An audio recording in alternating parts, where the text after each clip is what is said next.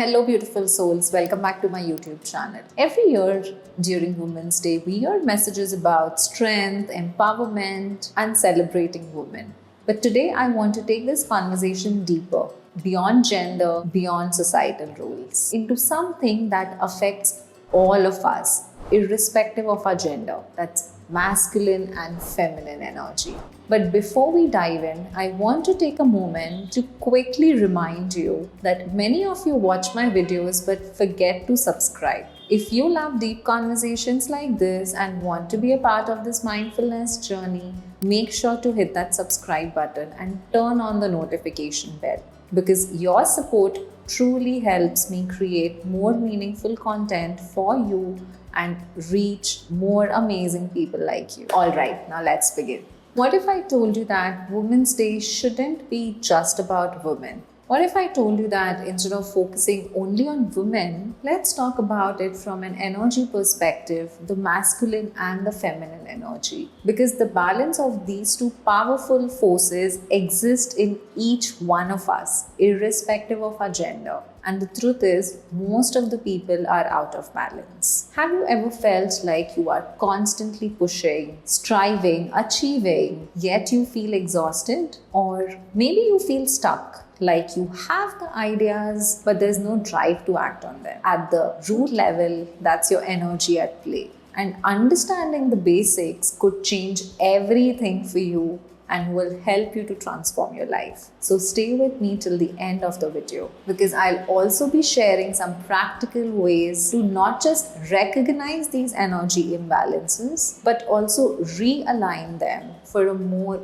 empowered and a fulfilling life. So you see, masculine and feminine energy has nothing to do with gender. Every person, regardless of being a man or a woman, has both these energies within them. Think of them as two fundamental forces that shape how we think, act, behave, and live our life and respond to the world. To make it more easy, think of it like Shiva and Shakti. Shiva represents stillness, awareness, and structure, like the foundation that holds everything together. Shakti, on the other hand, is movement, creativity, and flow. It's the energy that brings life and action. One without the other is incomplete. Shiva without Shakti is just stillness with no action. And Shakti without Shiva is energy without direction. When these two energies are balanced, life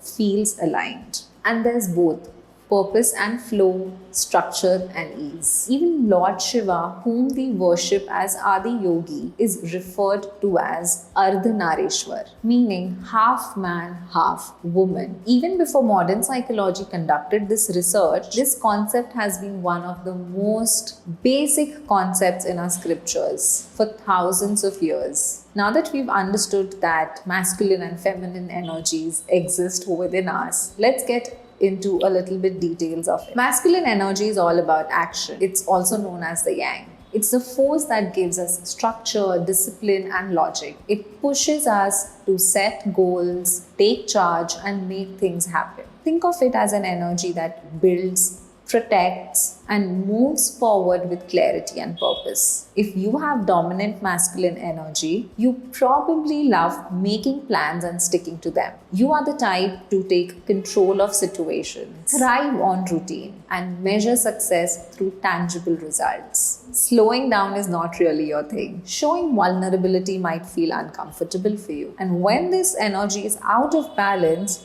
things can get tough. For example, you might find yourself constantly working, feeling disconnected from your emotions, or stuck in the hustle mode with no off switch. Relaxing and just being in the present might seem like a huge, difficult task. And life might feel more like a to-do list than something that you actually enjoy. Now, on the other side, we have the feminine energy, also known as yin. It is just the power of simply being. This energy is all about intuition, creativity, and emotional depth. Instead of pushing forward with force, it just flows. It indeed helps you to connect with yourself and with others. Feel deeply and embrace the stillness. Now, if your feminine energy is dominant, you are most likely to trust your intuition more than the rigid plans. You let things unfold naturally and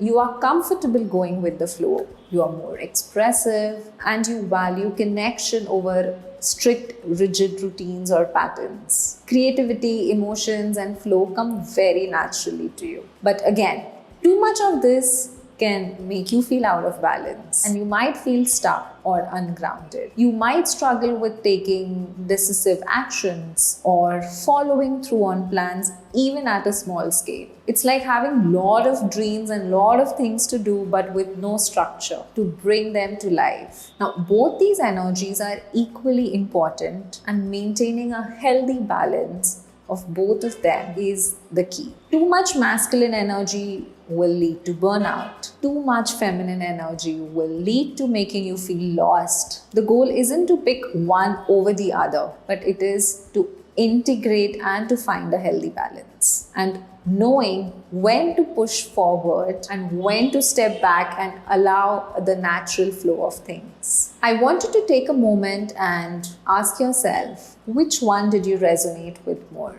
The masculine energy or the feminine energy? Do you resonate more with structure and logic? Or do you feel more at home in creativity and intuition? Remember that both these energies are present within each one of us. But which one is more dominant? Reflect on that. The world today we live in is wired to glorify masculine energy. Hustle culture, constant productivity, logic over emotions. Sounds familiar, right? For women, many feel that they have to prove themselves by being more structured, more assertive, logical, often suppressing their softer, more intuitive side. For men, many struggle to embrace their emotional depth because they've been told that being sensitive is weak.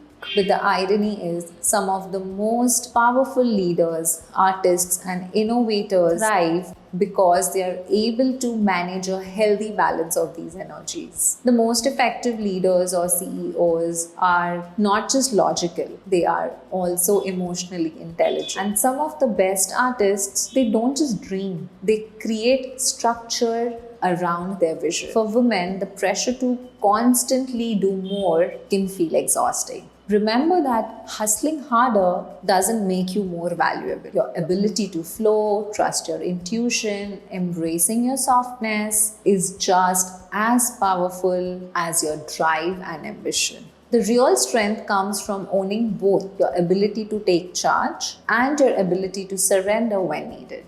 And for men, being emotional is not a weakness. It's actually a deeper kind of strength. Being intuitive doesn't make you irrational. In fact, it's one of the most powerful tools that you can use. When you learn to balance action with self-reflection, you don't just push forward blindly. You move with clarity and purpose. Imagine how it would be if we started honoring both these energies within us. What if success wasn't just measured by how much we do, but how deeply we align with who we really are? A simple way to check in with yourself every day is to ask yourself, am I always doing but never taking a pause? Or am I always waiting but never taking any action? Where do I feel out of balance? Ask yourself and reflect on this. If your masculine energy is dominant, you'll find yourself constantly working, constantly chasing the next goal, and rarely taking a moment to just be. And when that happens, it's all the more important to slow down.